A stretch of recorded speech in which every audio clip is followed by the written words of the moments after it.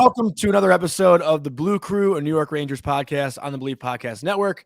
I'm your host, Jonny Lazarus, joined by my friend, Cody Frankel, and Shana Tova. It's everyone celebrating. It's the Jewish New Year, and Rangers hockey's officially back. Tonight's the first preseason game, so we're getting into the swing of things. Cody, what's going on, man? How you doing? Can't wait, baby. Hockey's here. I'm doing good. Another Jets loss this week, but it's okay. They played with heart, and they're getting their quarterback, Zach Wilson, back next week, so we'll see what this kid's got. And you know what, dude, 1-2 is the best start they've had in 4 years. So that's all you can ask for. Bravo to you for continuing to have hope, because I feel like by this time of the year, every Jet fan is like, dude, that's because they start 0-3 and 0-4 every single year. But you know what, dude? They lost to the Bengals, but like they could have won, man. Flacco just sucked. I mean, he missed. Dude, they lost by 2 touchdowns, but I mean, they turned it over twice in the red zone. So those were 2 touchdowns. He was missing wide open receivers. Oh, those are automatic touchdowns because they're in the red zone? Automatic. Dude, those receivers were wide open, like hands up, being like basically praying. And he just missed and like threw it into the crowd, hit the goalpost, usual stuff. But yeah, typical stuff. The Giants play Monday night. That'll be fun. A good game. Giants Cowboys. That'll be a fun game. Tonight, dude. Tonight. Yeah. Well, tonight as you're listening, yeah, of course. And they could be, what, 3-0? Yeah, but dude, Giants haven't played any good fucking teams yet. Let's get real here. I don't know. I think the Titans are considered a good team, no? I guess. I mean, I guess. That's a pretty big road win for week 1. You're right. I mean, they lost A.J. Brown. That was the heart and soul of their team. But yeah, I mean, yeah, true. It was a road win. No, I take it back. Panthers suck. I hope they beat the Cowboys. That would be great. I'm not like Jets fan, hate Giants. Like, I actually like the Giants. I hope if the Jets were out, which they are every year, like, I'd always root for the Giants to win the Super Bowl, Yeah, and we do have a lot of baseball discussion with our guest, Alex Day from Overtime, so we're going to save the Aaron Judge talk for the interview. But before we go into some fan questions, Cody, do you want to talk about the hoodies that we're rocking right now?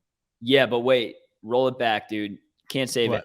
All that Aaron Judge talk because he's on a 3 or 4 game streak with no home run, and it just makes you think, like, because they're home now and they've been on a home. How many games are left? 11 games, I think. 11. Yeah, including tonight. I mean, tonight, by the time this comes out tomorrow, tonight we'll have played. So hopefully he hit 61 tonight. That would be sick. But they're going on the road starting tomorrow, so it makes you think if like the home pressure is getting to him a little bit. I was at the game on last Thursday, and it was just like I'm talking about every single person in the entire stadium was standing up and had their phones out for every single at bat. And you got to think he knows that. So I wonder if almost, going away here will like take the pressure off and he'll just start ripping it. Cause he's going to break it. I mean, I think he has to. Like, I can't imagine him not hitting 2 home runs in 11 games. Like, that's just not a normal thing for him. So I don't know. It's going to be really interesting to see how that plays out. But yeah, anyways, sick hoodies. We're matching right there. This is the, Blue York line I was telling you guys about last week. It just dropped. Awesome merch out there. Definitely check it out. IamBlueYork.com. These hoodies are super dope. Also incredibly comfortable. I was very surprised by how great the material is. Like, I'll be wearing this for the next couple of weeks. Like, I also love the color, love the embroidery. I might not take it off. I might shower in it. Yeah, you actually do own every single merch item from them. Like, every single one. No, that's I'm pretty sure you have more than me. I don't think so. We'll have to, maybe we should count, see who has more. But I really do think it's you. But I think we should just go into some fan questions because everything that we want to cover is pretty much in these. So we'll kick it off with Sammy Hockey 36. He wants to know if we think the Lundqvist trade will benefit the Stars, which, I mean, I don't see it not benefiting Dallas in any way, right? Like, if this question is, will the Rangers be better or will the Stars be better from this trade? I think it doesn't really make a difference to the Rangers because Nils wasn't really going to play anyway. And Dallas can kind of look at Nils Lundqvist as, maybe a young John Klingberg who they just lost to Anaheim. I don't know if you have a, different opinion on that, but I think Dallas is a really good team. And they were also 1 win away from beating Calgary last year. They went to Game 7 overtime. Ottinger is actually going to be my pick, I think, to win the Vezina this year. He's at like plus 1,700 too. So great value. Dude, Ottinger is a really good goalie. He's huge. And last year he was a stud in the playoffs. Absolute stud in the playoffs. Wow. I think Ottinger comes into the season with a lot of momentum, a team that's not so good defensively. So his numbers will be, somewhat similar to Igor's last year because the Rangers weren't so good defensively last year. But Yeah. as far as Nils goes, like I think Dallas is the automatic winner of this trade because the Rangers, it didn't really make a difference. Disagree, because what do you mean by it didn't make a difference? He wasn't going to play. Okay. I thought you said I thought you were saying the trade didn't matter when it for No, sure it's great. did. It's great to get that first round pick back. Yeah. That's huge. Yeah, I mean, I think you're pretty spot on there. The only way it isn't going to make a difference and benefit the Stars there is if he doesn't elevate and kind of plays, in lateral and of how he did last season, because that didn't really, that was like 7th defenseman level skills there. So I would assume that's the only way. I mean, it all depends, right? Who they pair with him. I'm Klingberg's gonna look right gone. now, actually. Yeah, I mean, they do have a couple good defensemen, but I would assume they're going to put him. I mean, I guess they have to put him on the top 4, right? That was the whole reason he wanted out of the Rangers. Dude, per daily faceoff right now, he's not even listed in their tops in their 6 defensemen. Well, the trade might not have pushed through, right? I think it did. It's official. Is it not? No. But I'm saying on this daily faceoff. No, they update this every day. This is updated right now. They have Ryan Suter with Miro Heiskanen, Esa Lindell with Colin Miller, Thomas Harley, and Yanni Hakapon. I don't even know who those bottom 3 are, but yeah, I don't know, man. I don't think it's a guarantee that he'll crack this lineup. I think he'll be on the lineup for sure. I don't even know who their third line is. Colin Miller he's an okay defenseman. He's solid. He's just like more of a physical shutdown. Yeah, he was on the Canucks, right? He was on the Canucks for a while. Buffalo. I knew he was on one of those random teams. Yeah, I mean, listen, Niels, who knows how he trained this past summer, and I'm sure he's going to do everything he possibly can to get in that lineup. So yeah, I mean, I guess we'll see kind of what he does, but I don't really have more to touch on that situation. Next question from Jonathan_Fry99. This is a good one. And Cody, I'll let you start it off. Who's the best NHL player to have never won a Stanley Cup? And do you want to answer this with a current one and a former player? Because I feel like current's obvious, but current is obvious. McDavid. Oh, I mean, sure. I mean, yeah, that's yeah. So? I mean, yeah, but okay. Former player. Who are you thinking? Who are you thinking? I was gonna say Joe Thornton. Best player to never win a Stanley Cup? Joe Thornton? Yeah. Better than McDavid? If we're talking current? No, well, obviously McDavid is better than Joe Thornton is, but McDavid's played for like 7 years. Doesn't matter. He is far and away like the best player we've ever seen. Dude, I'm not disagreeing with you. Well, first of all, he's not better than Gretzky. Like let's settle down there. I don't know, man. No, I don't know. Chance, dude. I don't know. No chance. I guarantee you by the time McDavid retires, he doesn't come close to touching Gretzky's points record. Guaranteed. Well, not many people will, aside from Ovechkin right now, who's getting close to the goals record. But you can't. I hate this argument so much because you can't really compare the generations. Like the game is so different. But like what we're looking at right now with McDavid is so similar to what Gretzky did. He's far and away the best athlete in his sport. Honestly, McDavid could be the best athlete right now in all the 4 major sports. Like the way that he has separated from the rest of the pack. Like McDavid's in his own world right now. So is Aaron Judge. Bitch. Is he? Yeah, he really? is. Do you actually think that? Are you kidding me? At a consistent level like McDavid's been leading the league. No. You just said right now, like this year, yeah, he is. This year. Yeah. So for the last 4 or 5 seasons. Yeah, of course. Sure. I mean, I don't think I disagree. Like I disagree. McDavid's gotten outpaced by his own teammate like a year and a half ago. Draisaitl? Yeah, he beat him dude. I mean, listen, don't get me wrong. McDavid is for sure the best player in the NHL, but saying he's in his own world compared to everybody else, I disagree. I think, dude, if you look at the points totals for the last 3 seasons, McDavid hasn't blown the water off of anybody in any of the 3 seasons. There's been someone who has either had more points than him or who he's been slightly above. Like Aaron Judge has 20 home runs more than the closest person next to him right now. That's insane. That's 1/3. Connor McDavid. Yeah, now you're going to look at it. I'm just looking up stats. And you're going to be like, oh shit, you're right. Connor McDavid has played 1, 2, 3, 4, 5, 6, 7 seasons. He's had at least 100. He's had at least 100 points in 5 out of the 7. Sure, but nobody's disagreeing that he's not the best player in the league. But I wouldn't say he's every single year he's been far and away. Like I don't think the last 3 seasons he's been far and away out of anybody. I think there's been a couple guys each season who have been right there with him. This year, Huberdeau and Gaudreau were. I'll give you credit on that one. Okay. Last the year before, Draisaitl. Year before. Wait, what the fuck? Yeah, I know. No, I know, dude. It's not. It gave me 2 seasons instead of just 1. So the year before, no. The year before, he had 105, and Draisaitl was behind him with 84. So pretty significant. Let's go to 2019, 2020. That was 2021. The year before is when Draisaitl had 110, McDavid had 97, but Draisaitl played 7 more games. And Panarin was third with 95. That's pretty sick. Correct. But the year before, when you're saying McDavid led the league in points, dude, look who was right next to him, man. All right, well, he's in the top 3 every year. Nobody's disagreeing. 2017, 18. Nobody's disagreeing with that. Okay, so let's go to former player then. So former player to never win a Stanley Cup, best player to never win a Stanley Cup. I have 2. Henrik Lundqvist and Marcel Dion. Marcel Dion. That's a name I haven't heard in a long time. That's a good one. Lundqvist is definitely obviously a good one, and I do agree. I'm trying to think, did Pat LaFontaine ever win a Stanley Cup? I don't think he did. He's the best, another good one. The best American forwards to ever play the game. Didn't Mike Gartner never win a cup? I don't know. Is Mike Gartner considered one of the best to ever play? Dude, he had over 700 goals. Yes. Did he? Yes, for sure. For sure. Top 100 player of all time. No question about it. He had 708 goals. Yeah, dude. For sure. Wow. You don't realize how good he had like. No, I know. Well, I didn't watch him play. I don't. Dude, he had over 40 goals. I think 8 times. This is a really good question. It's really hard to think. 1, 2, 3, 4, 5, 6, 7, 8. Mike Gartner had over 40 goals 8 times and had over 50 once. Yeah, I mean, those would be my 3 guys. I mean, dude, I feel like you could say Joe Thornton.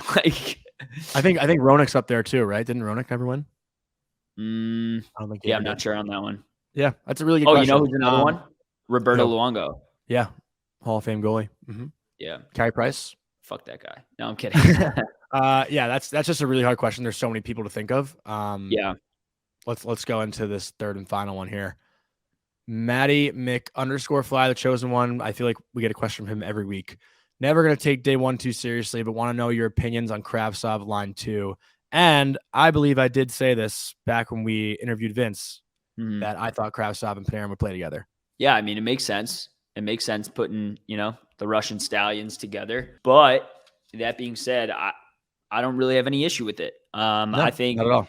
If the kid line already has that, profound chemistry, and I think if they're cruising and they're, challenging Igor in practice and pushing to that next level, and that GG and, Drury thinks they can get to, I don't see why you don't keep them together.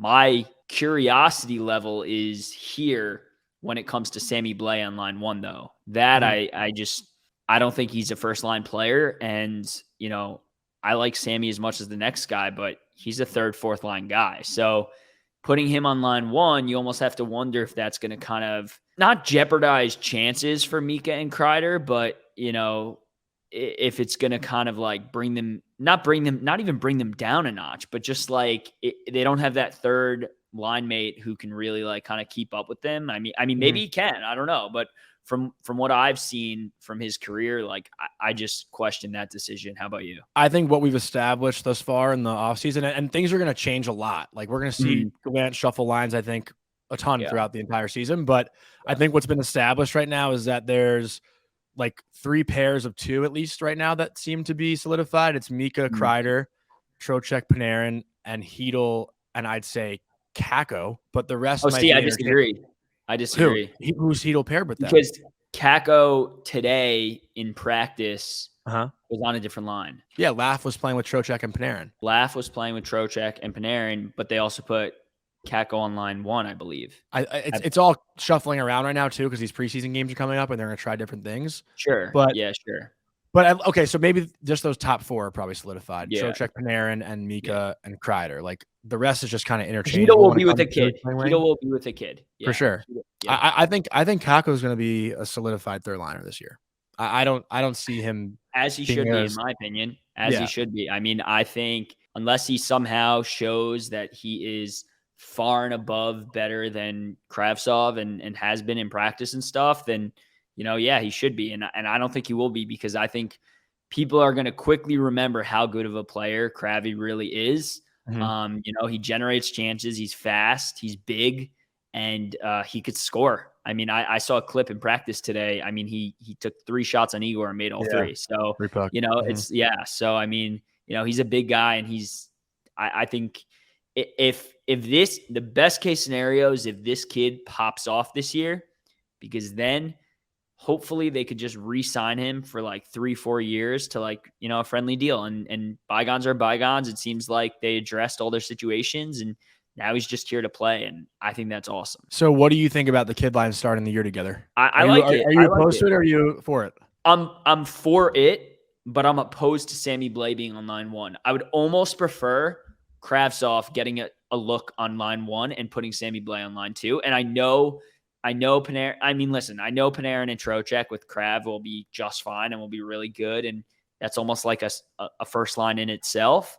But I do have a little bit of concern when it comes to seeing Blais on line 1. Because he's just like, he's like a big body guy, right? He's like what did everybody used to say about him? He's basically power a better forward. What'd you say?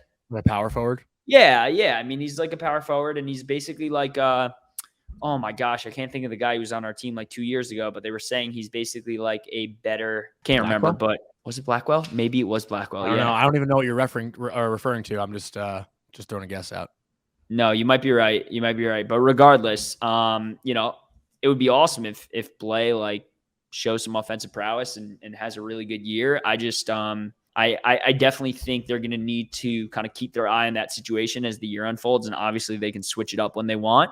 But one thing to note is, they will have money when it comes time to make a trade. So they could potentially fill that. Can you imagine they fill that spot with a super talented offensive forward, and then they just throw Sammy Blais on the 4th line with Gaudreau and Carpenter? That would be a sick lineup. Blake Wheeler. Yeah, I mean, he wants out. He's just old, but I think he has 1 year left. Yeah, but he's like 36, 30. I'm just so sick of the rentals, but I get that. I don't really have much else. And, we do talk a lot with Alex Day. Do you want to go into that interview? Yeah, let's do it. All right. Let's send it over to Alex. This week on the Blue Crew, we're very happy to welcome on a good friend of mine and now a friend of the show, a content creator at the company Overtime. If you're not familiar with it, he'll tell us about it in a second, but very happy to welcome Alex Day. Alex, what's going on, man? Boys, how are we doing? Happy to be on here. A little long overdue, man. But before we do get started, my B-reel just went off, so I kind of want to post a B-reel right now live while we're here, if that's cool. Let's go. Only if I can too, because Cody's married and old. He doesn't know what B-reel is right now. Yo, I have no idea what it is. All right, well, I'm posting mine, so you guys got to smile. Doing it too. All right. Just look hot, Cody. Always. And now I have to add Alex after we're done here. Boom. So are you going to explain to me what it actually is, or you're just going to? It's like this new social media app where it goes off at the same time for everyone, and you have like 2 minutes to post what you're doing, like a selfie of you, and then what's in front of you. It's like really dumb, but it's like kind of fun. And if you're just like looking for a way to kill time, it's nice. It's definitely fun, but I don't understand. Like, I'm shocked it's made it this far. I agree. Well, it's like Vine all over again. Johnny probably. But this is know what Vine is? Yeah, I know what Vine is. But this goes off at the same time for everybody that has it. So like you could be in a room with like 50 people, and if 40 of them have B-reel, like they're all just gonna take their phone out and like do it, which is like kind of funny, but also kind of sad. I don't really know. It's like wild, like going to a concert. If it goes off during a concert, you'll see people all just put their that's what that is. It's the world that we're living in. It's exactly. Yeah, but it's exactly. But enough about B-reel. Let's go into overtime though, because I feel like it's definitely a younger demographic, right? The company in general, and we do have a lot of older listeners that might not be familiar with it. So can you kind of explain the company Overtime just in general? Yeah. So the company started out. First of all, it's a sports media company, and it started off as like mostly, honestly, like a high school basketball media company. They had this technology where really anyone can film like they would on their iPhone, and they put it up to the Overtime server, and it created like this highlights platform. And since then, that was years ago, but since then it's expanded into much more, whether it's professional college sports. I would say it leans mostly basketball and football, but they have different ventures such as a high school basketball league called Overtime Elite in Atlanta, high school football league called OT7, which is a 7-on-7 league, sports betting, which is what I run, and all these different verticals to really branch out in many different directions. So with me, I'm from New York. I run sports betting because, people bet on every sport, and I'm a fan of really all 4 main sports. I do content based on, hockey, football, baseball, basketball. Like, I'm a diehard Yankees, Giants, Rangers, Knicks fan, and I do that for Overtime on my page. My role with them is, so I run the sports betting vertical, but mostly I'm a content creator, on-air host for them. So right now I'm doing this Thursday night football pregame show with Amazon Prime through Overtime. It's me, Overtime Tom, who runs social media for Overtime, and Malcolm Jenkins, former Eagle. So very, very fun, and there's always new random ventures that you're like, okay, let's go. They always have things in the works and are growing pretty quickly. That's awesome. I think anyone who has TikTok should know who you are by now. I mean, I'm not even like a huge TikTok user, but whenever I'm on there, before I met you, I saw all your stuff. You're like out in the street, out at games, interviewing athletes, interviewing fans. I love the ones, Cody, you've probably seen this one too, where I think you interviewed a girl in a Yankees jersey and you asked her something about a boyfriend and if she would like cheat on her boyfriend with one of the Yankees players or something like that, right? Do you have a boyfriend? What one player on the Yankees would you leave your boyfriend for? None. If Aaron Judge comes up to you and says, "How you doing?" and you say, I have a boyfriend. Okay, but sure. how about No, I'm being serious. How about Aaron Judge after a few drinks leaving Billy's comes out oiled up in a Speedo? You're still saying no? I'm still saying no. What about after he signs his $300 million contract? Still saying no. What if he signs a $300 million contract for while sitting in his $1 million car? Still no. Yeah, I mean, would she cheat on her boyfriend for Aaron Judge? She said no, and we pressed her on it, and she's a keeper. She's a keeper, and TikTok really allows the most random things to go viral.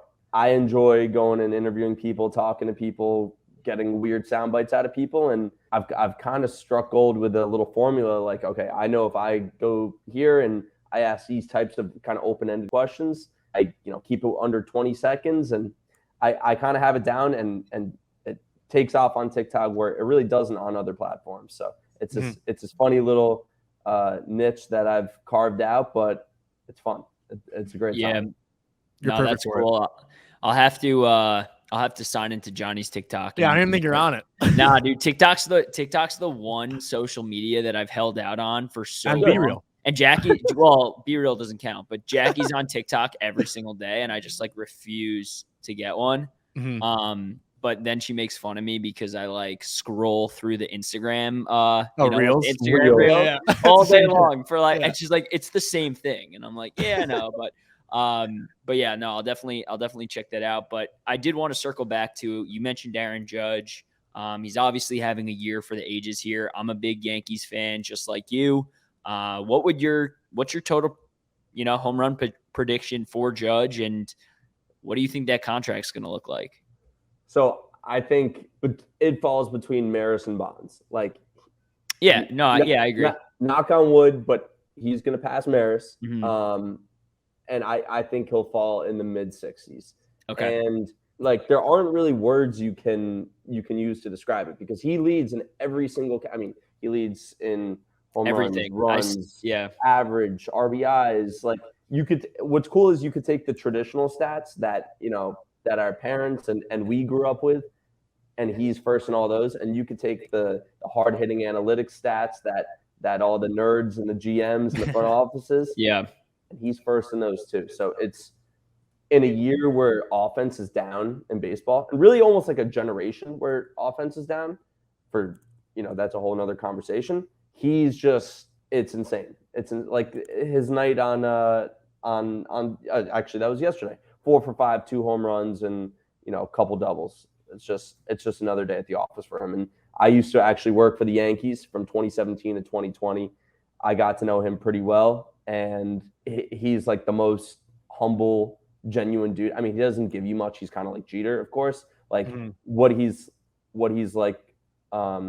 Wait, Cody, I can't hear You're you. on mute. Oh, I don't know what happened there, but I'm just like rambling to myself. No, I said, yeah, that's what I actually said to Jonny last week. I was like, we're kind of living in unprecedented times here because we haven't actually seen someone do this. You can count Bonds and Sosa's home run years, right? But even then, I mean, that was more of like a home run thing. They weren't first in, 14 out of the 16 like major all offensive categories. It's something we haven't seen since Babe Ruth.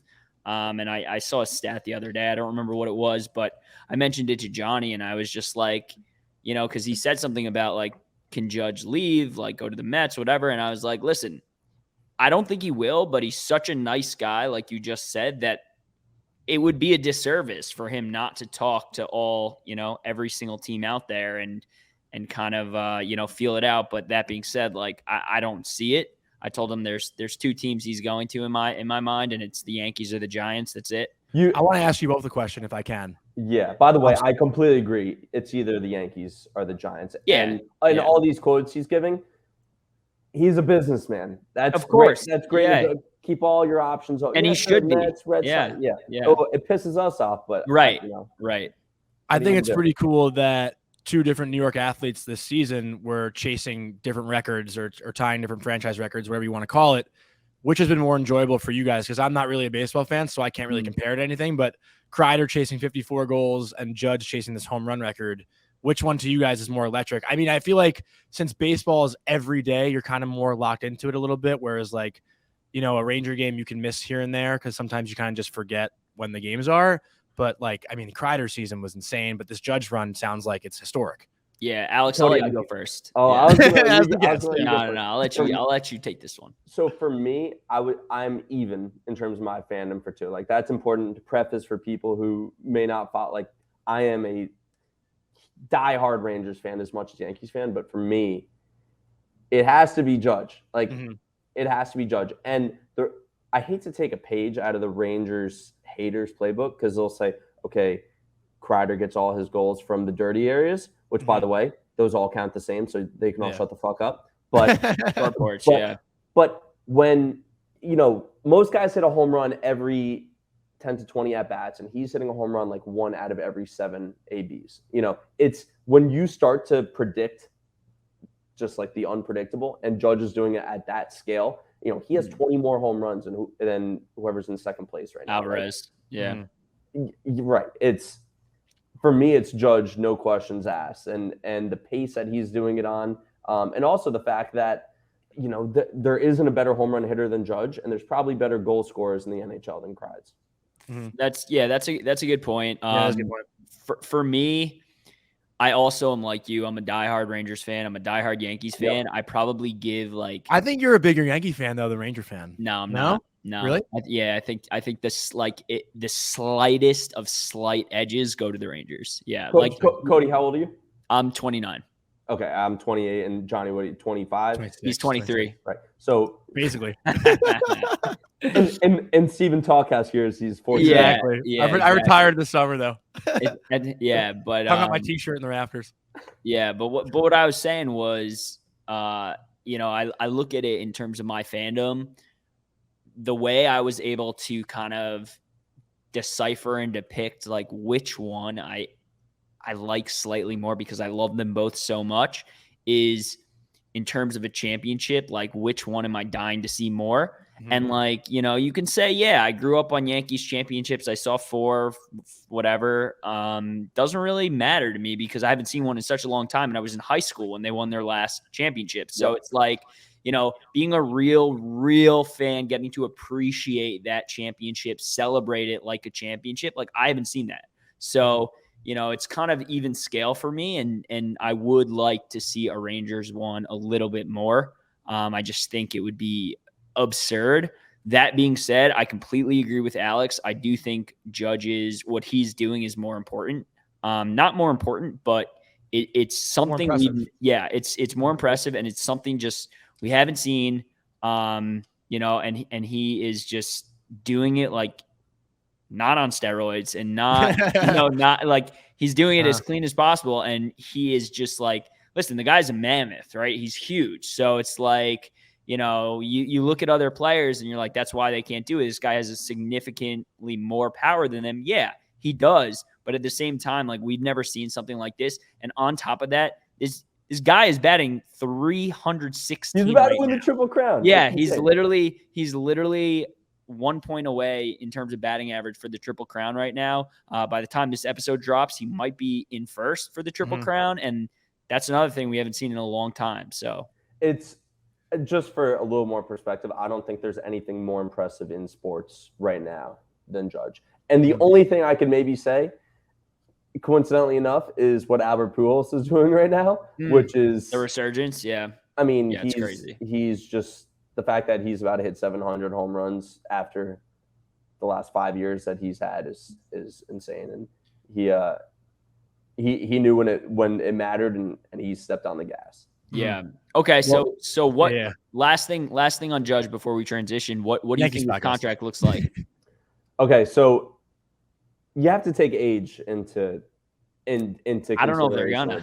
I don't know if they're gonna. So, and the reason why I hope they do, and this is almost kind of the Dodgers method, but like on a different scale. The Dodgers, why they seem to do this every year. They'll give a stupid amount of money on an annual AAV basis, right? But for less years. Now you're not going to be able to do that with Judge. This is the last contract he's going to get.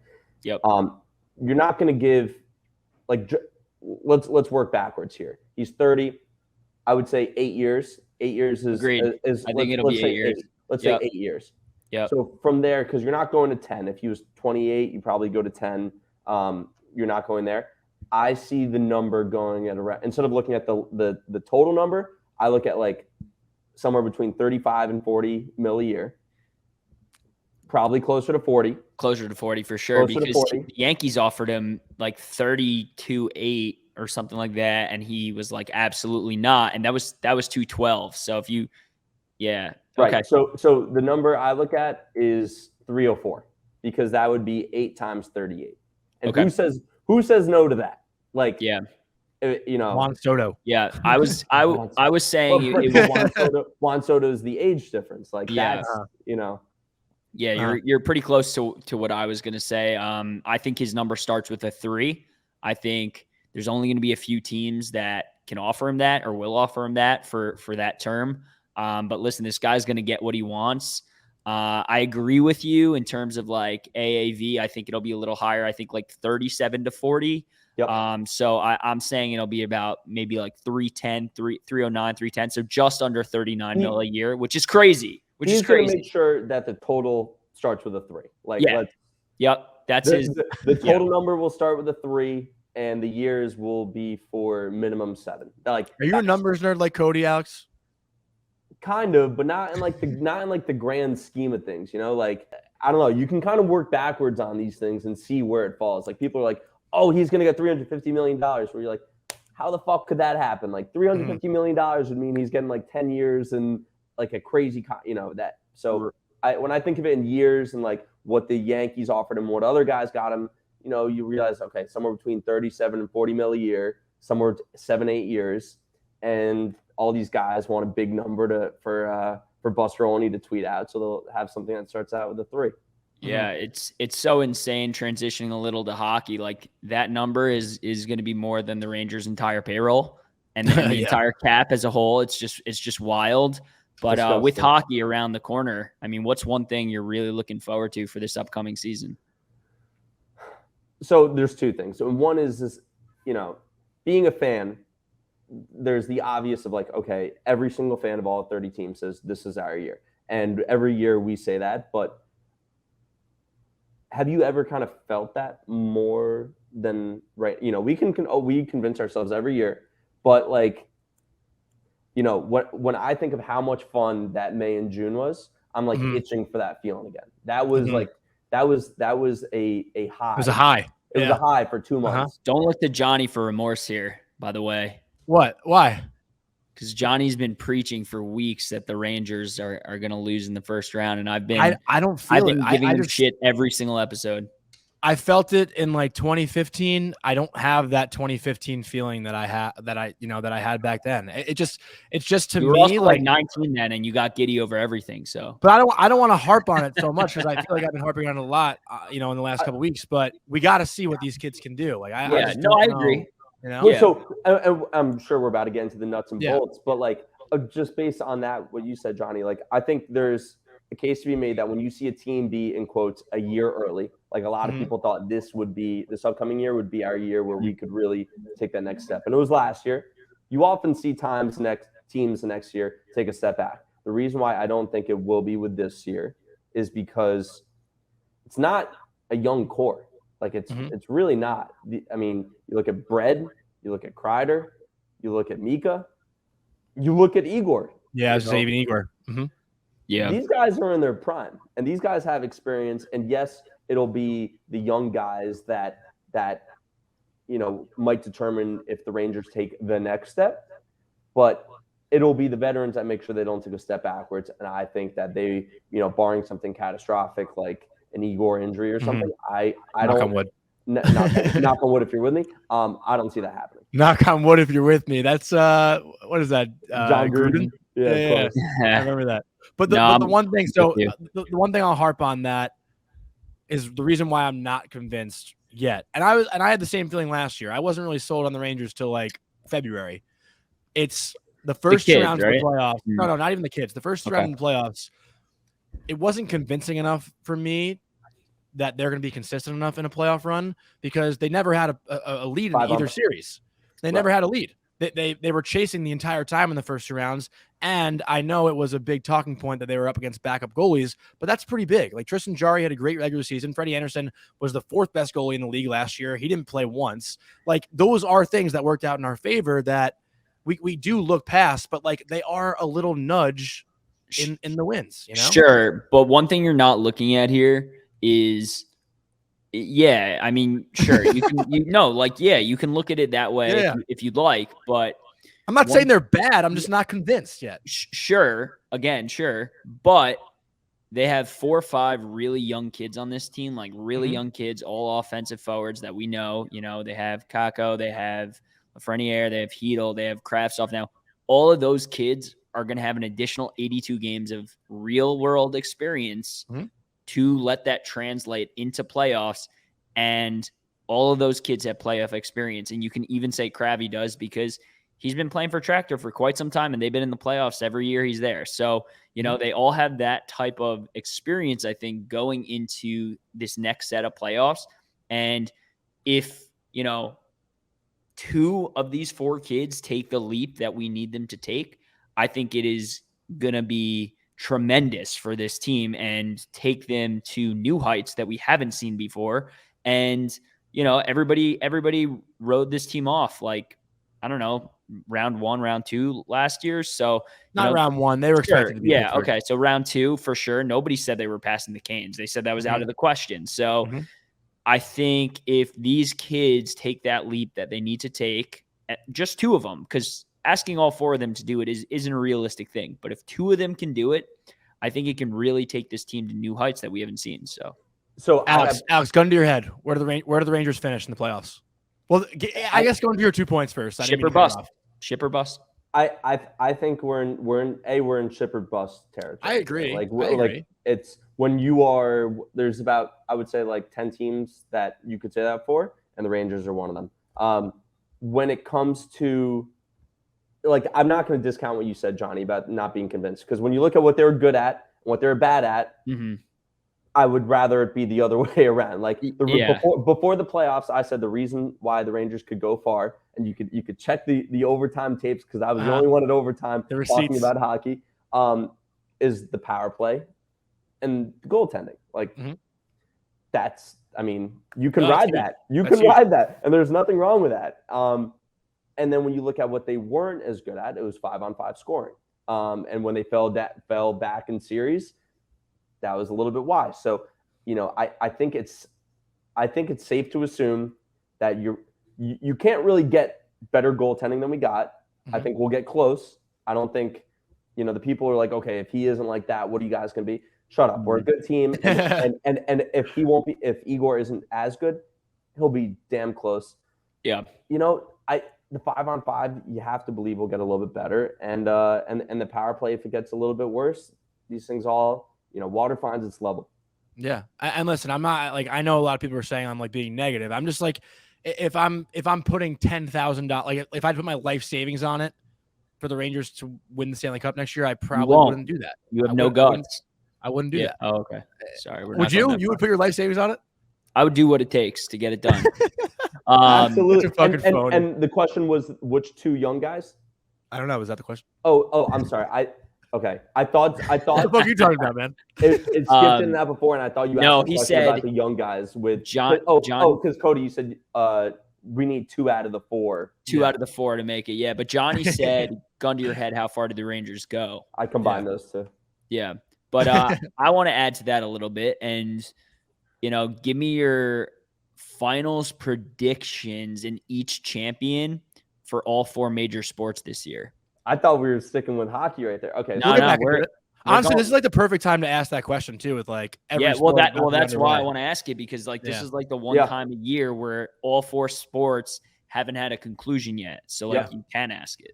So I'll go in order. So in baseball, I like a good storyline. Like I do, and so you say Yankee Mets. I'm gonna say the St. Louis Cardinals. Ah, okay. Because they're rolling. Paul Goldschmidt's about to win the MVP in the NL.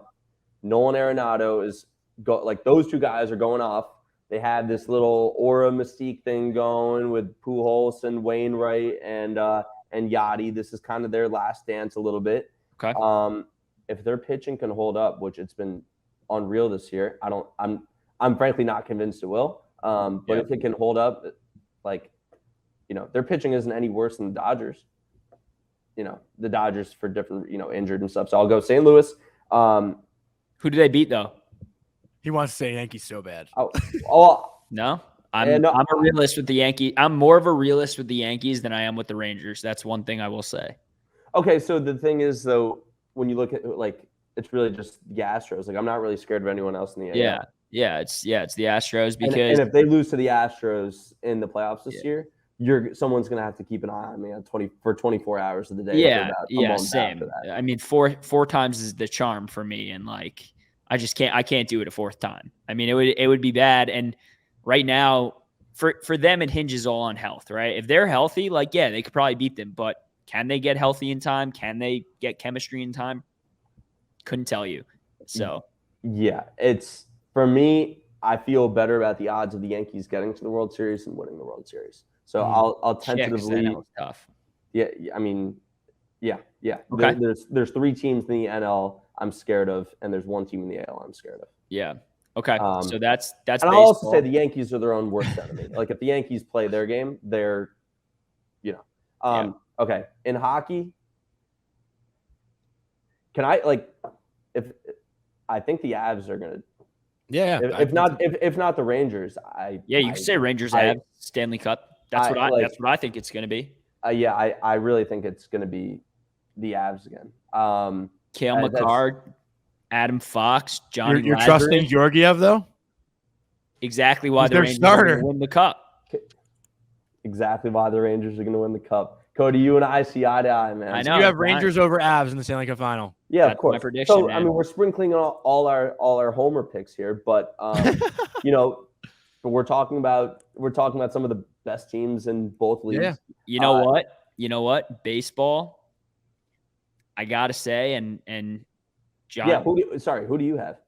I gotta say, like I said, I'm a realist. I don't see the Yankees getting there. I think it's going to be the Astros in the World Series. I think they're going to lose to the Mets. Really? So if it was a Mets-Astros World Series, I just don't see. I would be rooting for Bane to come out on the field. Yeah. For the national anthem and blow it all up. I don't want to see any of it. I would can't see those pitchers losing. How does Scherzer, DeGrom? I thought we were over baseball. We're on hockey now. Well, I was just, dude, I'm propping you up. You're a Mets fan. I don't care. Allegedly. All right. Forget it. All right. So That's hockey. What about football? Alexa, pause. What'd you say? For some reason, my Well, I said, hey, Alexa, what about football?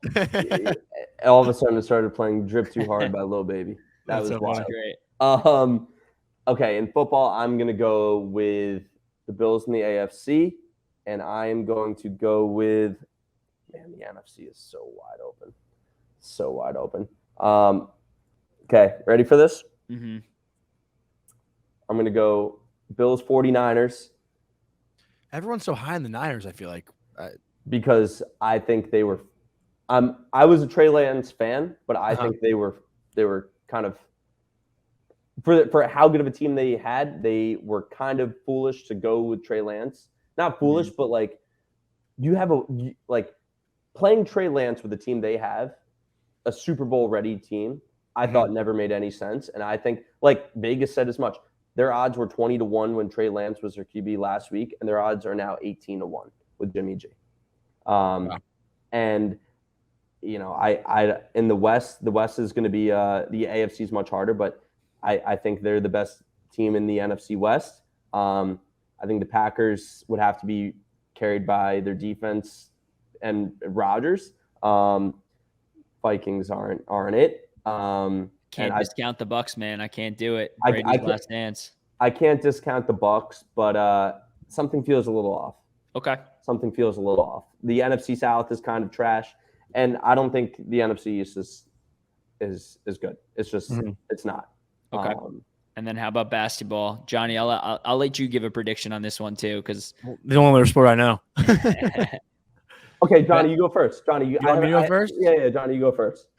I mean, I can't see anyone beating the Warriors in the West. I'm not convinced there's anyone better in the West. I don't think the Warriors figure it out. No, not Knicks. Okay. Warriors, and I actually, for some crazy reason, think that the Sixers will figure it out, and Harden and Embiid will figure it out. Huh? The process complete. Exactly, process complete. I think the Sixers will figure it out. I think Embiid is so good and so dominant. Obviously, he's a little injury prone. A little. And Harden just has to prove himself now. Like his time and window are shutting. He hasn't been able to do it. Like they got to find a way to put it together and figure it out. And Doc Rivers, horniest coach in the NBA. If you guys saw that whole thing go down on Twitter, that was pretty funny. Cody, did you see that? I didn't see it. Send me it.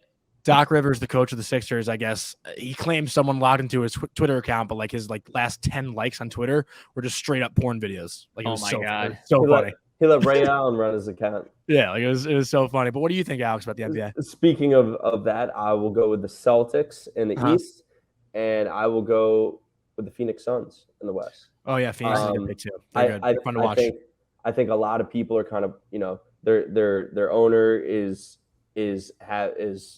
not a good guy. And what I learned many times is a lot of teams need a common enemy. And it doesn't matter. It doesn't matter if it's on your side or the other side. I think that group comes together, and CP3 knows the clock is ticking. And Devin Booker is about as good of a scorer as it gets. And Aiden's a beast too. You know, there would be something kind of gross about them winning while their owner is suspended, and it's like, okay, why do good things happen to bad people? But they, you know, it's kind of now or never for them with this core, at least with Booker and CP3. Okay, CP3's got to get one. He's got to get one. I'm actually not a CP3 guy. I think CP3 is. I love watching him. I don't love watching. I think he is so whiny. He's like watching Crosby. Like he is so whiny, and he's an amazing player. But he's like a gnat that you're just like trying to hit off your arm here. You know. So who's your guy in the NBA? I'm a Knicks fan. Like a lot of people, and I respect how the NBA has raised a generation of fans that follows players. That's not the kind of sports fan I was raised as. Like I ride with my teams. You know, I'm Yankees, Giants, Rangers, Knicks. I have certain favorite players like in the NBA. I love Jimmy Butler. I love Giannis. Really like Devin Booker. But I'm a huge Knicks fan. Like I ride with the Knicks pretty diehard, and I've been pretty critical of their offseason, but I'm also slowly kind of coming around on it when you realize the fact of, yes, they overpaid for Jalen Brunson, but Jalen Brunson isn't a top 15 highest paid point guard in the NBA. So perennial 10th seed, the Knicks. Always a bridesmaid. R.I.P. Donovan Mitchell. But I want to rewind the clock a bit because I know you've touched on you're just New York sports fandom in general. Yep. So in my mind, I don't consider Carmelo to be in this category, which I don't think anyone would. But in our childhood, growing up for us, there was 3 guys at the helm of New York sports: Henrik Lundqvist, Eli Manning, Derek Jeter. Yep. Obviously, this is leading to a fuck, kill, marry. So fuck, kill, marry: Henrik Lundqvist, Eli Manning, Derek Jeter. I think I would have to go marry Derek Jeter. Like Derek Jeter, that's my childhood hero. That's, I've been privileged that I've gotten to work in sports, and, we get to work with athletes, and, it's cool. And like, I don't get that, I get used to these things a little bit. And Jeter is like the white whale, like, holy, that's Derek Jeter. In a weird kind of way, I will go with Hank for fuck, and I'll go Eli. Are you saying it in an attractive way, or because it's in the attractive way, it's a lock? Both.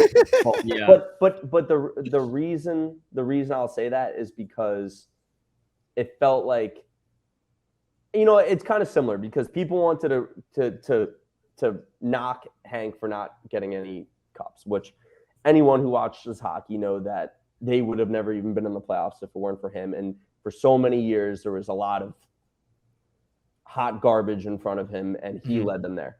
And Eli, it's kind of the opposite, where it wasn't pretty, but he did it when it mattered.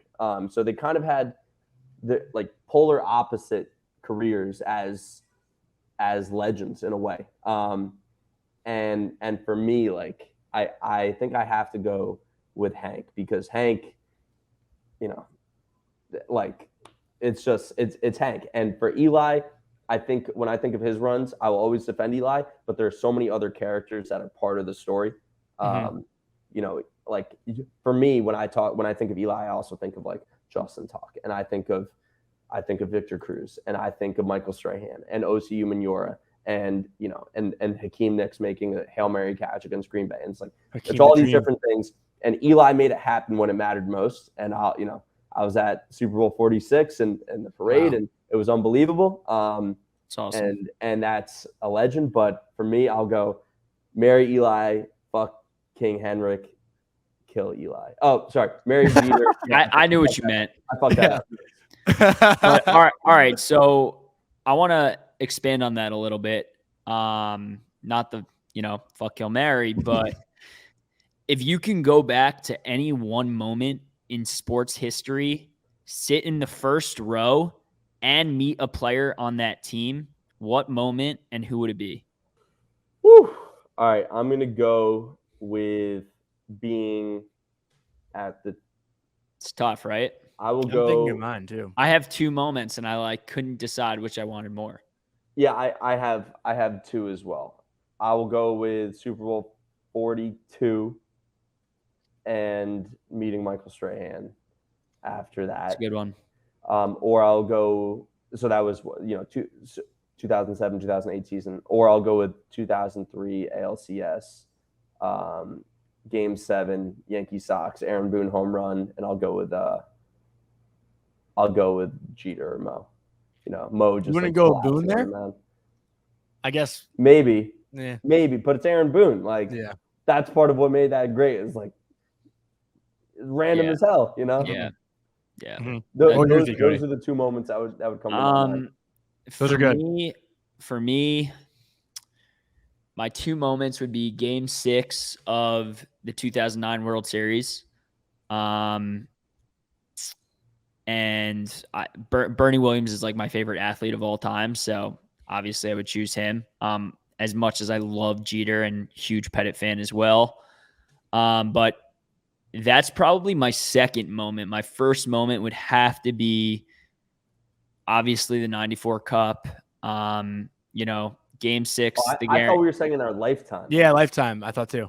I guess that would count for you. Technically, it's in our lifetime. I guess you guys were. I wasn't born yet. Technically, Technically, it's 10 days after. Yeah, Oh, no, really? I was like 2 or just turning 2 or something like that. So technically, it's in my lifetime. But yeah, I mean, I would definitely say the '94 Cup, and you can toss and turn between Game 6 against the Devils or Game 7 against the Canucks. I'm gonna say for this instance, Game 7 against the Canucks to win the Cup, just because knowing what this situation and the air must have felt like after that, I need that in my life at some point. And Brian Leetch is my favorite hockey player of all time, so I'm gonna choose Leetch. So I'm going to rescind your statement. No, because I'm a Jets fan, so I never got to witness something gloriful. The part of what's really fun about being a Rangers fan right now is we're close, and we hear what it was like from those who got to be there in '94. Yeah. And then you're in the building for MSG, and you feel what the Garden's like in the Rangers run, and like the goosebumps and the Bob O'Reilly before. It's just like, yeah, I want my own cup. I wouldn't want to feel what '94 was like. Like they had theirs, and at this point, we're closing in on 30 years. They were chanting 1940, and now it's like, oh my God, you guys haven't won since '94. When that day comes, that will be a day where I want it to be like, popping my Rangers fandom championship cherry. I tell Jonny, throughout this entire season and playoffs and everything, the second they win that cup, I'm like running with him into an MSG store, buying one of those sick starter bombers, and I'm just gonna buy like 4 bottles of champagne and we're just gonna douse it everywhere. I haven't given my answer. Mine's not even hockey. We don't care about that, but Hemi. I think mine's interesting. It's not even hockey, because I was thinking in my lifetime, like what game did I watch where I was like, holy fuck, this is actually it's not hockey. Can I try and guess it? Yeah, guess it. So it's not hockey. So you're probably gonna knowing you, curious where you're probably gonna say like you might get it right. No, I was gonna actually make a joke about like the World Cup and like Lionel Messi like missing a kick or something, but no. But in all seriousness, no. Is it basketball? Like, yeah. Are you gonna say? Are you gonna say the Knicks? There's some other intangibles that have to do with it though. Okay. So it's basketball and it's related to the Knicks. No. There's nothing Knicks related basketball. I didn't know if it was like Melo. Like that's what I was thinking. I was like, we haven't missed anything. Okay. So we haven't missed anything. So like in our lifetime, like the Bulls, like the Warriors dynasty, the Bulls. All right, just hit me. It's Game 7 Cavs Warriors when the Cavs won, but also because Little Dicky was sitting first row too, and I would have loved to watch that game with him. That's your boy. First row. That would have been sick. Hi, I'm Dave. Yeah, no, that's a good one. But I love him. All right, you want to do like one more each, Jonny? Yeah. I think I have a couple more actually. You want to start? Of course you do. All right, yeah. No, you can go first if you have like 11. Well, I guess kind of to your point and what we were just talking about. I think we've asked someone else this, but I'm forgetting who it was. Obviously New York sports is going through a drought right now, championship wise, but every fan base is so different. Which parade would be the sickest? Because I think like part of me thinks the Knicks would be insane just because the whole city can rally behind the Knicks. But I also see the struggle of Jets fans that they've faced the last like 20 years of my life, and I think the Jets parade 20 would be years, sick. dude. They haven't won since 1969. That's when we first went on the fucking moon, man. but the Jets, they had those couple years in high school, or I was in high school. I mean, sure, yeah, they made the AFC Championship game, but they didn't like come close to actually sniffing the Super. Like nobody was like, yeah, Mark Sanchez is going to be the guy to win us the Super Bowl. No, we never felt that. I would assume, Giants fans when they got there. I mean, obviously, I'm sure you didn't feel like you were going to win the Super Bowl against the 16-0 Patriots, but you did. But I'm assuming, the few times the Giants were there, they felt it in the air. Like with the Jets, I never felt it in the air. I remember the AFC Championship game. Twice we got smoked. Both, fell from behind early and like whatever. Like I just never felt it in the air that we had a chance. So So wait, is the question which New York sports team will end the championship drought, or which parade would be the craziest? Both. Okay, so it's opposite because I think it's not even close that the craziest parade, and Johnny, you just said it, would be a Knicks one.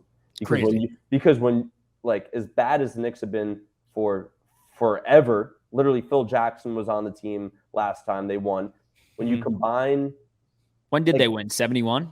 73. 73. I'm not a basketball guy at all, so right. It's pretty good for me. Like Rangers, Yeah, Rangers would be insane, but Of course. wouldn't have the size of the Knicks. Yeah.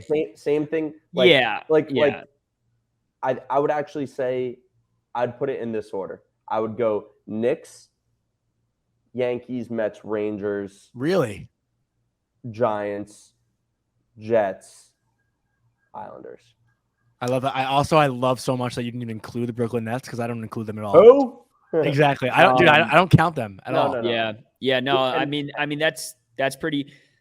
And I would say it's Knicks only too. because I think it's a basketball and That was a good baseball order. city. It's a basketball and baseball city before it's a football and hockey city. You're not wrong. which You're not kills me. wrong. As personal order aside, in terms of what probably would happen for the city, I mean the Knicks have made the playoffs once in the last 15 years. There was a parade after the first round win last year. Yeah, so I could see that, and then Yankees will always be celebrated, and I think Mets would too. I think Mets would be crazy, and then I agree.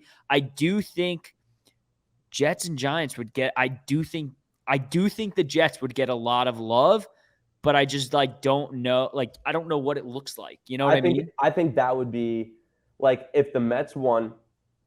That would be very close. Similar to the Jets one. Agreed. Well, no. Actually, the opposite. I was going to say that the Mets would be almost similar to the Yankees because I think it would be similar to the Jets because I think you got to remember football is America's sport, and as much as so it's But I think that the gap between the Giants and the Jets in terms of the fan size, Yankee fans love to call Mets fans little brother. It's what we do and stuff. Right. But in reality, especially with Steve Cohen, so much is different and so much is the same. The fans are diehard and Giants and Jets, it feels like there's a gap. And the Jets winning would not be close to the Giants winning, in my opinion. This city feels like way more of a Giant city than Jet City. Yeah, and I agree. While New York will always, in my opinion, be a Knicks and Yankee city above any other team. There are a lot of Mets fans out there. As of late, this city the Rangers are crawling up the boards as of late. I feel like New York. I'd like to think so. Yeah, I feel like New York has been in such a tough spot these last 10 years. Even I think the Rangers are crawling up the boards. It's a matter of if you're looking at the sport itself. Hockey is obviously not as universally loved in America as the other sports are. That being said, it's starting to crawl up there. Will it ever catch up to any of the other three? Probably not. But that being said, I do think just a Rangers parade in general, I think the fans would go so hard. There wouldn't be one. Wild. Yeah, there wouldn't be one that would mean more to me.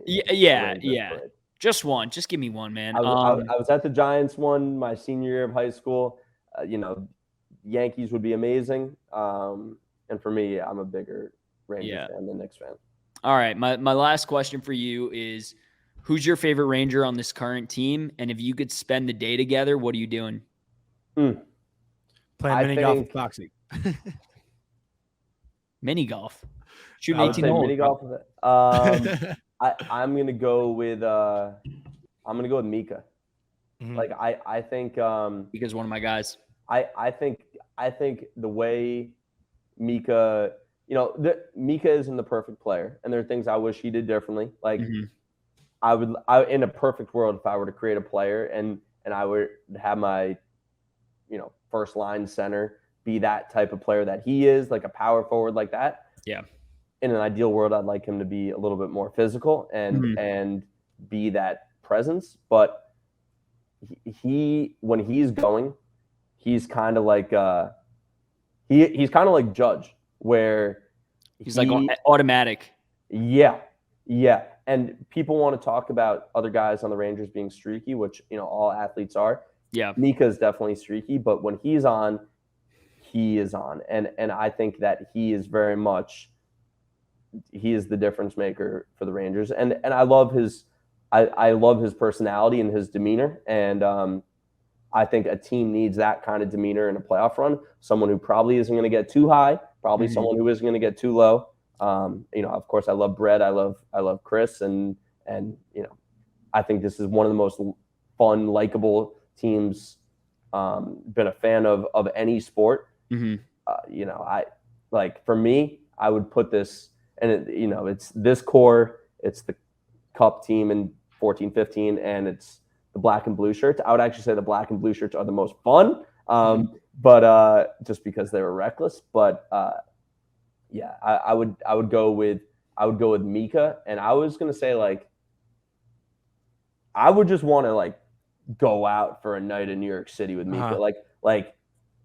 We're just no activity. It's just hey, we're gonna go out boozing for one night. That feels like a guy who works quietly works the New York City. What clubs you going to? Honestly, I'm more of a bar guy. Same. I go out. I go to bars. Man, slam beers. Yeah, beers. I who doesn't like to go out, do a little dancing, whatnot. But I'm not gonna wait in line for a New York City club. Never. And put on my button down and the whole that's not for me. That's not for me. Not saying I wouldn't, but shit. If Mika wanted to do that, I'll do it. I was gonna say I feel like he's more of a club guy than a bar guy. Yeah, I was gonna say DJ Mika. Yeah, seriously. I was gonna say, Johnny, I'm so curious to hear yours. What about you? My favorite Ranger and what I do with them. Yeah, for a day. I have a wild answer. That's really tough. I honestly I didn't really think about it. I think my favorite right now, personality wise, is Laugh. I don't have to say it for the millionth time. Obviously, I know Adam, so that doesn't really count. But Laugh is so young and energetic, and I would have him take me to Montreal. 19's the legal drinking age there. I've never been to Montreal. He could show me a good time in his hometown. Go to the bars there. Fuck around on the lake. I don't know what they do up there. He seems to be a lake life summer guy. I think he posted some shit in the summer on the lake. But yeah, similar to Alex. What's up? Don't you feel like so much of what we've heard about Laugh is what we've heard about him, and we haven't seen his personality yet? I'm excited for him to get a little bit older and him to feel fully comfortable and really show his personality, because I think he does have that kind of superstar personality. But he's not even he's 21. Young. He's young. And it's hard, being a young guy and having that type of, you can't be 20 strutting your shit in New York. Because if it doesn't work out, you're going to look bad. And he's a French Canadian. It's not if he was an American kid, it'd be a little different. Zegras, obviously has that swagger. I think if Lafreniere was a little more, affiliated with New York, he'd have that swagger too. But Cody, what were you going to say? Because I have a follow up on that with Alex. Oh, mine is. I'm a Breadman guy. He's my guy. Panarin. Just play with the dog with Panarin, probably. That's probably what you say. Yeah, no, but funny enough, Mika and Lafreniere are 2 and 3 respectively. Those are my top 3 guys, squad. I would just either get a 6-pack with Panarin or smoke a joint and just go to an amusement park. I feel like he would be cool. Yeah, he would be. I see him on a roller coaster. Go on a Ferris wheel with him and just hear his stories. But be tough to listen to though. Dude, I don't know. I know his family now, so Yeah, just broke. Russian? No, I know that. But that is a great. I think Cody, that's actually the best. Smoke a joint and go on a Ferris wheel with bread. I think it would be out of this world. Alex got an interview idea. Oh my God! Of course, of course. That's high sticking with Alex Day right there. All right, Johnny. Follow up. Well, I was going to say, so Alex covers all these New York sports athletes, these different kinds of athletes. Basketball, football. He was at the Emmys interviewing Shaq and all these other guys. But hockey players just so different, right? How do we make these guys come out of their shell? You're a guy who does content on a day-to-day basis. You're asking all these questions. What is it about them? Have you been able to talk to any of them yet? Or how can they really just get comfortable? I really haven't worked with too many hockey players, which has been disappointing. The one who I got to do an interview with this offseason was, coincidentally enough, Matt Barzal. Sick. So that was awesome. But like, even still, like, great guy. He definitely showed some personality, but like a little more, reserved. Camera turns off, and it's like, damn, I wish that guy was still talking when the camera was on. It's hard. It's really hard, and I think it's the same issue that baseball's having, and I think a lot of it comes from internally. And of course, these leagues need to do a better job of promoting the game and the players and marketing, and that's all true. And it's also very easy to point to that. I think in both of those sports, baseball and hockey, there's a culture inside the locker room of not wanting to stand out. I think baseball in a way is getting better at that faster than hockey is. Yeah. In hockey, I think you have to earn that. And I think in all sports, you have to earn that. But there's a real fear, going back to what we said about Lafreniere, who, okay, what if I show that personality and, I'm -4 on the night? Yeah. Larry Brooks is going to rip me a new one in the post. That's a real fear. Like there's a real, if I, if I do an Anisimov celebration after scoring, and then I don't score for 3 weeks, and then I break my wrist, and all of a sudden I'm not part of, the playoff course that's coming around. That would be embarrassing. So I think baseball is getting better at that from an internal standpoint, and I think that's the first step for hockey, where guys just need to be like, hey, this helps all of us. Like, if you think about it like this, who do you think is making money off the ice in the NHL? Right now, it's Zegras. It's got to be Connor McDavid, Zegras. You could probably count him on 2 or 3 hands. Yeah. Austin Matthews. I've never seen a current New York Ranger in a commercial. Have you? Nope. Foxy had like the Dunkin' Donuts thing. No. Fox had the. Didn't he have something with Zegras? Like, didn't they have that? Do you know what I'm talking about? This is my point exactly. Yeah, we're thinking about it. Yeah. This is my point exactly. Yeah. So, there's so much opportunity and room, and that's why I'm always trying to like reach out to athletes and say, hey, listen, I'm not the media. I'm not going to get you with gotcha questions. This is, yes, it's good for, like, it's fun and stuff, sure. But it's also, in the long run, this will put money in your pockets. There's this guy who's he's on TikTok, Isaac Rochelle. He's a defensive lineman. He played for the Colts and the Browns. He's on the practice squad now. He was a starter last year. I think he's on the Browns now. Massive online, massive. And all he does is just like understand it. He answers fans' questions, gives them a peek into what it's like being an NFL player, what it's like on travel days, what it's like on off days. Simple stuff. Shows that he's just a normal dude. I bet you he is making more money than household names in the NFL. So it's just, I think so much of it is guys think they have to do so much to raise their profile, and they don't. I've had NFL players hit me up and say that people have come up to them about something I did with them, which is crazy when I think about it. They're a professional athlete. So there's so much room. They don't need to do so much, and inside the locker room, it's accepting a culture of being yourself, and even if your game isn't fully aligning with how you are off the ice, which is tough to do, because I think there'd be a part of me that would feel that way too. Yeah. Yeah. And my last question, I mean, that was perfectly said also, but my last question, I'd be damned if I didn't ask you about it, because we were both there as well, and you posted a great video of you and your pops at Game 7 for the parent goal. You did a cool vlog at that game. All there. Yeah, that's how I first came across him. I saw that video on TikTok of you and your dad celebrating that goal. But, I kind of asked this. We asked this to Kenny Albert, but I guess it's different because, he covers it. We're fans. That moment, I know you were there, but is that like a top 3 moment for you as a Ranger fan? Because I know the step-on goal's up there. There's a lot of other meaningful goals, but that one it was different, man. Like, it was awesome. That's probably the best. When I think of, like, okay, when they won to go to the Cup in 14. 14, yeah. In 14. But there wasn't like a goal that, just completely changed your energy in the Eastern Conference, in the Eastern Finals. Yeah, the step-on goal. I think just the fact that I watched step-on goal on TV compared to the bread goal in person, And it was funny because on that video, I'm not the kind of dude who sits there and recording, but I was like, okay, if they score, Yeah. it's got to be on the power play. Like, they went on the power play. My dad didn't even know it was recording. I kept my phone like at my waist. It's like, if I keep my phone up here, that's talk about a jinx. Like, Yeah. I'll just short-handed goal. keep it low, and they scored, 30 seconds into the power play. So in typical Ranger fashion. To add to that, I mean, I was at Jonny. Do you remember which Canes game I was at? I think I was at game 6. I don't know. That was like an insane game too. That was the game where we scored like 3 goals back to back, right? Game 6. That game was nuts. That was the Heedle like 2-goal game. Yeah, I thought the Panarin game might have been the best game I've ever seen.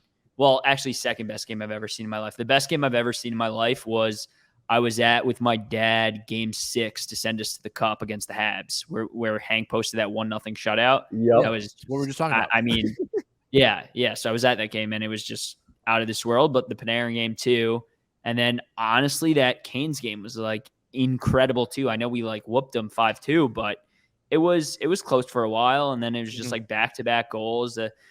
I can't wait for playoff hockey. I mean, can I ask you guys a somber question? Yeah. And I know, because if you're listening at this point, you're like, wow, way to bury the lead here.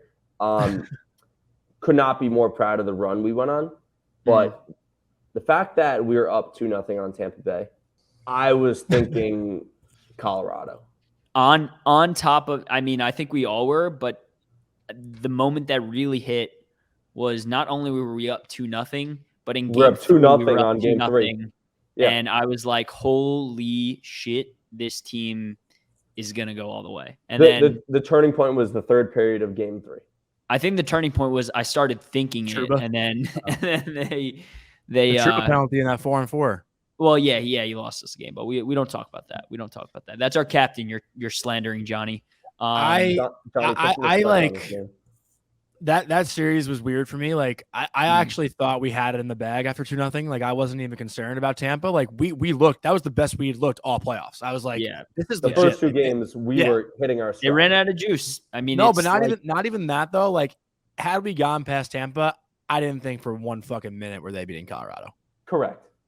Yeah.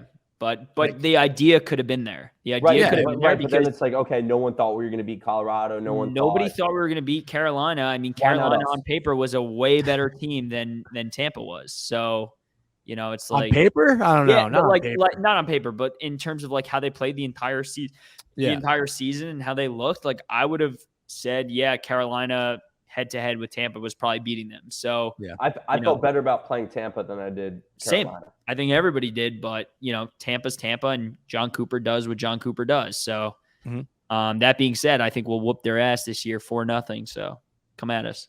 Let's go. But I don't really have anything else, so Alex. Is there anything you want to plug before we let you go? No, I guess the only thing would be for the next 2 weeks, hopefully more, we'll see. I know we've been talking so much hockey and football and stuff, but I'm doing the official digital pregame show of Thursday Night Football with Prime Video, and that's at 6:00 for the next 2 Thursdays, live on Twitter at Overtime. So my handle is Overtime Day, but it is at Overtime, the main account. It'll be me, Overtime Tom, and Malcolm Jenkins. So awesome. we got Brown Steelers this Thursday, and we got Dolphins. Who's next Thursday? Because it's coming out Monday. Oh, it's coming out. So we got Dolphins. It's a good Dolphins Bengals, which is funny because that's been a dog shit game our whole life. And now all of a sudden, that's a great game. The Bengals figure it out. Yeah. Yeah. If the Bengals figure it out, of course. Wild. So, this Thursday, 6:00 at Overtime on Twitter. Check us out on the pregame show. Awesome, man. Really, really appreciate the time. And looking forward to hopefully doing this again. Yeah, definitely a recurring guest. Not even a question. Oh, and I would actually want to do this in person too, because we're coming into the best part of the year here. Yeah. Well, no more studio for us. no more old Apple AirPod Buds, whatever those headphones are called these days. Old school. Yeah. But thanks, Alex. We appreciate it. All right, fellas, take care. We really want to thank our friend Alex Day once again for joining the show. A lot of cool, different perspectives and different opinions. He's interviewed so many cool athletes in New York and throughout all the 4 sports. So check him out. Go to his TikTok, his Instagram, and watch his interviews, his man on the street type stuff. He's really funny, and really excited to keep in touch with him throughout the season and stuff. But I don't really have much else. I know, Cody, we're going to do our, division predictions next week. It's just going to be the two of us as we wind down and get ready for the season. You guys have been great asking us questions, so we have a lot to answer next week. So, please send those in on Twitter, on Instagram, whatever you prefer. Cody, take it away. Anything else? No, not really. The only other thing I was going to say is, don't you have something coming up? Did you want to pump that up a little bit? True. Yeah, Tuesday, 3:00, I'll be on the NHL Live Fantasy Show. You can catch it on the NHL YouTube channel. I'll be with Jackie Redmond, Pete Jensen, Nick Alberga, Anna Dua, Michael Leboff. I think I'm forgetting Chris Meany. Henrik Lundqvist. No, that's a lie. But I'm really excited. It's going to be something I've never really done before. It's just like a live fantasy draft with a bunch of fun people. So tune in. I'll be the owner of the team for the fans, so I'll have to take all the fans' opinions into the matter. And Cody, if you want to rip on me for my team name. I was just gonna say, what'd you say? Yeah. If you want to rip on me for my team name, I was just about to, because I was gonna say, you're claiming to be a man of the people, but when I give you the greatest team name of all time, you literally what was it again? Laughing at your team, laughing like Lafreniere, laughing at your team. And then Arthur Stable threw a jab at me also. What's your actual team name? It's like you, me, and Kaprizov, and I've never seen you, me, and Dupree. Yeah. So you should honestly, I'm not even kidding, tonight tonight's football, but tomorrow you should make it, your job to watch that movie, so you at least have some understanding of what your team means. I actually should. That's a good call. I need to see it. Owen Wilson rules, man. Is it a good movie? Such a good movie. It's it's pretty funny. Okay, I'll tune in. I actually will. I promise. Yeah, it's just like a buddy flick with a little rom-com twist. Yeah, it's good. I will be watching it. But cool. we want to thank you guys again. We love you. We'll talk to you next week. And Rangers hockey's back. LFGR.